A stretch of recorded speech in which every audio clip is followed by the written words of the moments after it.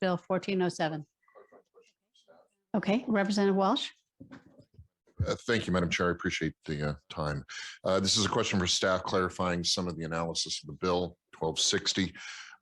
The non-exhaustive list of reasons for not complying with an SUD treatment, does that open this policy to, well, how broadly does that open it? Could any reason for non-compliance with SUD treatment be useful as a justification for receiving the benefit here?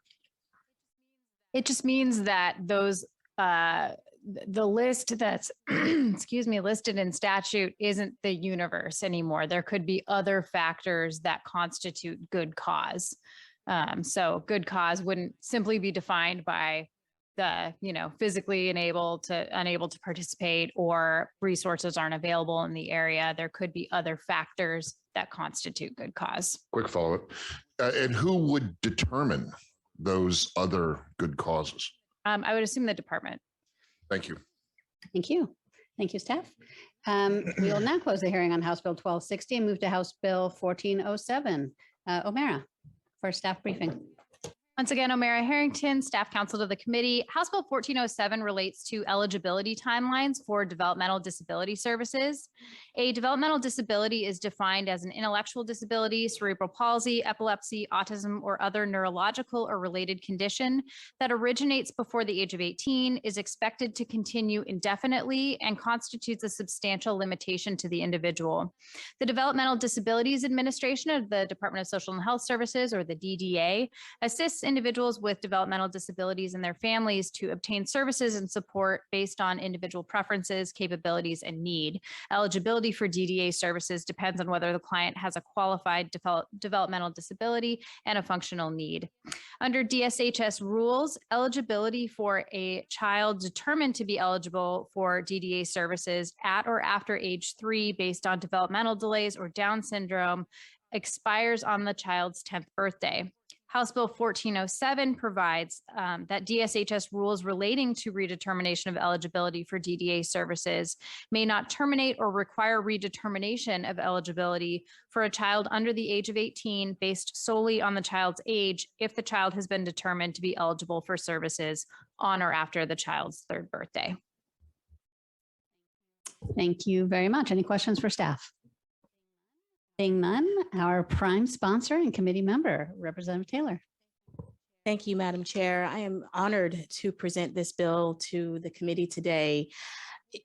What is fascinating about our DD services here is how many barriers our community members have to go through to get basic services that they've already been deemed eligible for. We heard just now that if they have a developmental disability diagnosed in an early age, it's indefinite. It will continue indefinitely. So why are we making folks go through many, many more hoops as they are aging and turning 10 years old?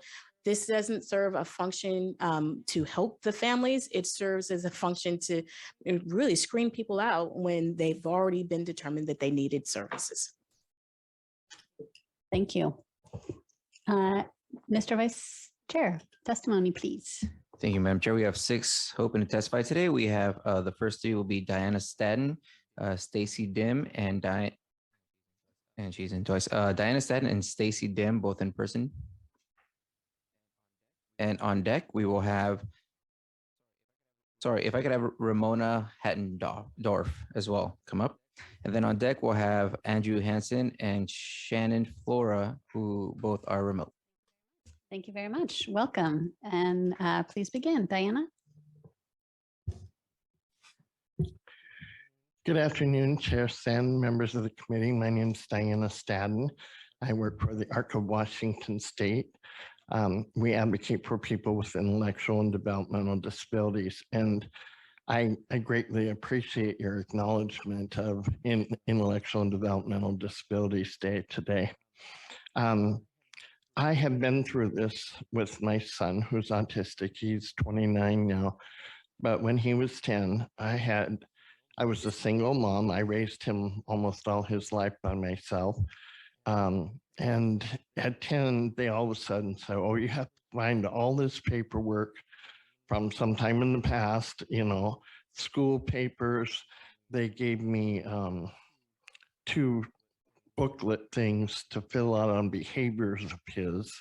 And I had to fill that out. I also had to take it to his teacher, to have his teacher fill it out. And the end result was, after I spent all that time and wasted a lot of other people's time, it didn't change anything. He was still a client. So it's not a necessary step in the middle there. You get evaluated when you're young, and then as you age up to 18, 19, and you're going to go into adult services, well, then you do need to be reevaluated because the type of services you need have changed. So I really appreciate hearing this bill and hope that we'll pass it. Thank you. Thank you. Stacy, welcome. Good afternoon, Chair Sen and members of the committee. My name is Stacy Dim. I live in Seattle in the 37th District. I'm also the Executive Director at the ARC of Washington State that sits in Olympia in the 10th District, and I have a sister with Down syndrome. I wanted to testify in support of this bill today. Over my career, I've come across a number of families who face this barrier to DDA services. It is harmful and unnecessary. Many families are reliant on public benefits and Medicaid, or single parents, or have dropped out of the workforce to care for their son or daughter, and this significantly impacts them. As you heard, developmental disabilities is a lifelong condition, often diagnosed at birth. A series of over 200 genetic conditions like Angelman syndrome, Down syndrome, Fragile X. These are conditions that we know early on will significantly affect the trajectory of this child's life and growth and development. Often involving their brain, spinal cord. These are not disabilities that children grow out of. You can imagine if you're a child diagnosed at birth with Down syndrome, for example, eligible for services and intervention, you are eligible for DDA services, and then at age 10, you have to prove your disability again. For families, this has significant impact. You can lose services such as respite, assistive technology, behavioral supports, specialized clothing, environmental adaptation, skilled nursing. For those who may have spoken to any parent who's gone through the DDA eligibility process, it is onerous and difficult. Some wait up to a year to have this process be completed. At 10, a parent must provide a renewed medical diagnosis, new evaluation testing, adaptive functioning, IQ scoring, must seek evaluations at their own cost, which can be upwards of $2,000 to $4,000 to complete. As you can imagine, these are generally not covered by insurance because DDA eligibility is not a covered medical expense. This is a hurdle in Washington State unique to us. It is a proper solution to allow eligibility diagnoses to remain and use the care assessment to determine level of need. This costs DDA a lot of time and money to conduct, so I hope that you'll save us all the time and energy and remove this criteria. Thank you.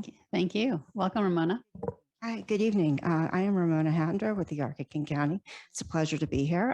The ARC of King County is located in Renton in the 11th district now, and I'm from the 36th district. So at the ARC of King County, among many different services we offer are information and family support. So we walk alongside families and help them apply for these services and help them reapply and help them contest and go back and forth. And it is very complicated and it's a very long process for some people.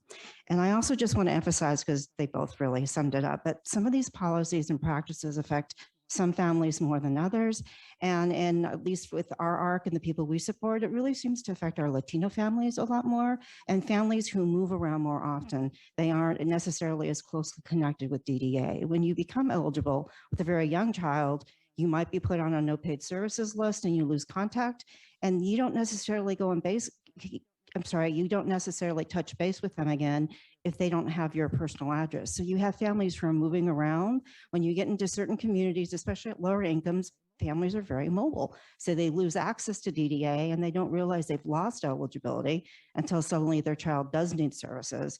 And then they realize they have to go through this whole process again. So as someone in our rally earlier said, Senator Kaufman, it's really choppy waters out there for families. This is something where, it adds administrative burden. It adds a lot of burden to our caseload, our case managers who have a lot to deal with. And it adds a lot of burden to families. So it just kind of seems like a no-brainer. Thanks very much. Thank you. Thank you for being here. Mr. Vice Chair. Thank you, Madam Chair. And if we could have Andrew Hansen come up, it's remote testimony. And Andrew, feel free Yes, to start. Okay. Yes. Honorable members of this legislative committee, I speak to you to share support for HB 1407 as a father of a 10-year-old daughter with autism who just last week had her DDA services terminated due to her reevaluation process. This issue is particularly salient. My daughter Hannah was diagnosed with autism spectrum disorder at age 4. Soon after receiving our diagnosis, we were welcomed to the Walla Valley Disability Network, a support organization made primarily of families with children who have intellectual and developmental disabilities, of whom it is my honor and privilege to advocate for and support today. One thing we were strongly encouraged to do was to sign up for DDA services. The primary benefit of our DDA services has been respite care. On this surface, this provides funding for caregivers to relieve parents. In effect, this service has allowed us to hire wonderful caregivers that not only offer parental relief to my wife who battles depression, but most importantly, it places Hannah in contact with caring adults who have helped address her many ASD-related social skills deficits. Another service we benefited from was the IFS waiver, an annual allocation of funds utilized to purchase assistive technologies. Through it, DDA helped to get an iPad that helped Hannah gain valuable communication skills and information gathering. She communicates with her therapist often, and it has helped her use the software to increase her verbal skills, and she has a higher than average verbal IQ. Unfortunately, when we were forced to seek reevaluation at age 10, Hannah's IQ was above average. Her verbal IQ was above average, and it skewed the rest of the test, which then consequently eliminated her eligibility per WAC 3, 823, 510. My point today is not to address the misguided WACs using the IQ testing and eligibility criteria. These have been addressed well in RCW 711020. However, this law does not go into effect until July 2025. In the meantime, children receiving DDA services all over Washington will still be turning 10 and falling victim to DDA's misguided rules and losing the services they and their parents come to rely upon. Early intervention is the name of the game with the developmental disabilities. This rule requiring review at age 10 has disrupted and will continue to disrupt early intervention for so many Washington state kids and their families, making it even more likely that they will become dependent on the state for services for the rest of their lives, thus prolonging suffering, defeating independence, and increasing the burden on the taxpayer and the parent. Washington state law in RCW 71A 1015 reflects the rights in our Constitution that those with developmental disabilities be provided means and opportunity to live independent and productive lives, and is the founding mandate for DDA. Honorable members of the committee, I urge you on behalf of families affected by this rule to not only support House Bill 1407 in abolishing this rule, but also write an avenue for relief for those already affected by it, for who for one reason or another have lost services. Please support this House bill. Thank you. Thank you. Mr. Vice Chair, are there any other testifiers? No more testifiers, Madam Chair. Thank you. And with that, we will close the hearing on House Bill 1407.